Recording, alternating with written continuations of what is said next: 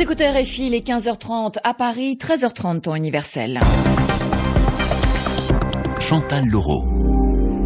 Le tour du monde de l'actualité avec d'abord cette passation de pouvoir qui se déroule en ce moment dans la cour de Matignon entre Jean-Marc Ayrault et Manuel Valls. Il s'agit de prolonger et d'amplifier l'énorme travail que vous avez mené depuis 22 mois, vient de déclarer Manuel Valls. Le nouveau Premier ministre doit former d'ici demain un gouvernement de combat, comme l'a souhaité François Hollande. Une équipe resserrée, c'est-à-dire bien en deçà des 37 ministres actuels. On parle de l'entrée de Ségolène Royal et de François Rebsamen. Mais la grande question, c'est l'attitude des Verts. Feront-ils partie de la nouvelle équipe?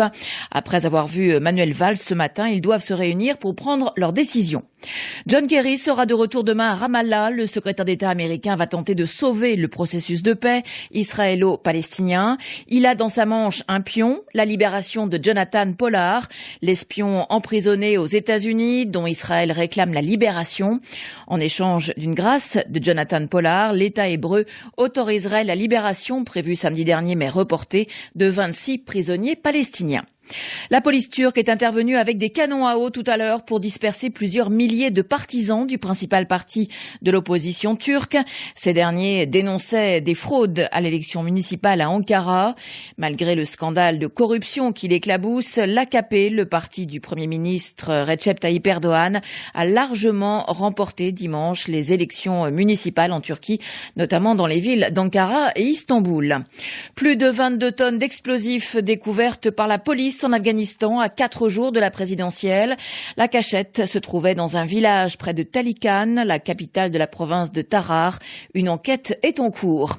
La police kenyane a arrêté plus de 650 personnes en 24 heures après le triple attentat dans le grand quartier somalien de Nairobi. Triple attentat qui a fait 6 morts et une trentaine de blessés.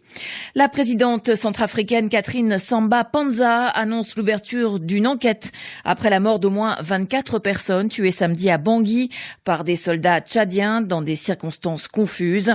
Catherine Samba-Panza doit être reçue cet après-midi à l'Élysée par François Hollande. La responsabilité des violences incombe pour une large part aux milices anti-Balaka, a déclaré le Quai d'Orsay. Sa renommée avait franchi les frontières. L'historien français Jacques Le Goff, grand spécialiste du Moyen-Âge et biographe de Saint-Louis, est mort aujourd'hui à Paris. Il avait 90 ans.